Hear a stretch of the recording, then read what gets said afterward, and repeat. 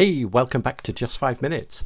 Yes, well, my Microsoft Anonymous isn't going so well because I've been dragged back into it with this time for this episode of Just 5 Minutes. Although it's actually not just Microsoft in the focus here.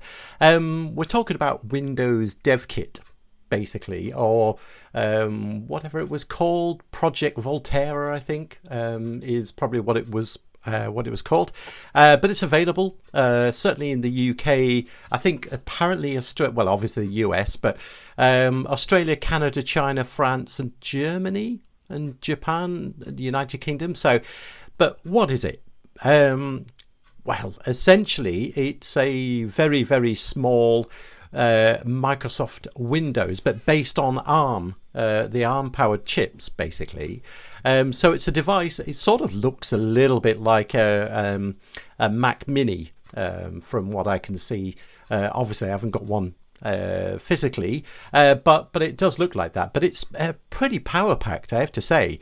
So it's called Windows Dev Kit 2023, but it's available now, which is 2022. But interestingly, that's a bit of a weird name, really, isn't it? I don't know.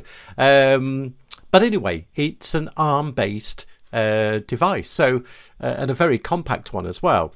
But it looks like, is this the future of going forward? Like, I know there's Apple Silicon using ARM technology, and what was it? I think I was reading just the other day about Oracle, actually earlier this year, actually, so it's old news, but has invested $426 million in Ampere, the ARM sort of chip, which leads me to another one where you can get a really mighty virtual machine, like I can't remember if it's 4-core or 8-core with 26 gig of RAM and 200 gig hard drive VM free. And not just free for a trial, but free forever. So I might actually post a little sort of just 5 minutes for that because, yeah, I mean, why not? Anyway, back to this. This is Windows Dev Kit, as I've mentioned. It's pretty amazing, really, by the look of it. What is it going to be, about 530 quid in the UK? Whatever the deals are around, obviously, for the different countries.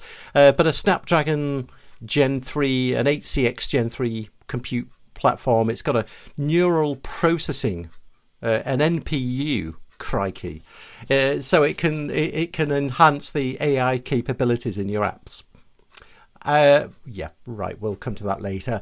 But amazing, though, actually, for that price, though, you know, it's got 32 gig of RAM, 512 gig of fast storage. So I assume that's like SSD of some sort.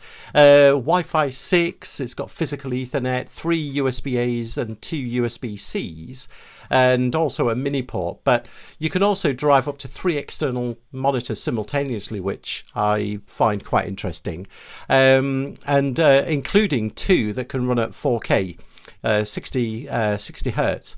So it's a bit of a beast out of a little machine by the looks of it.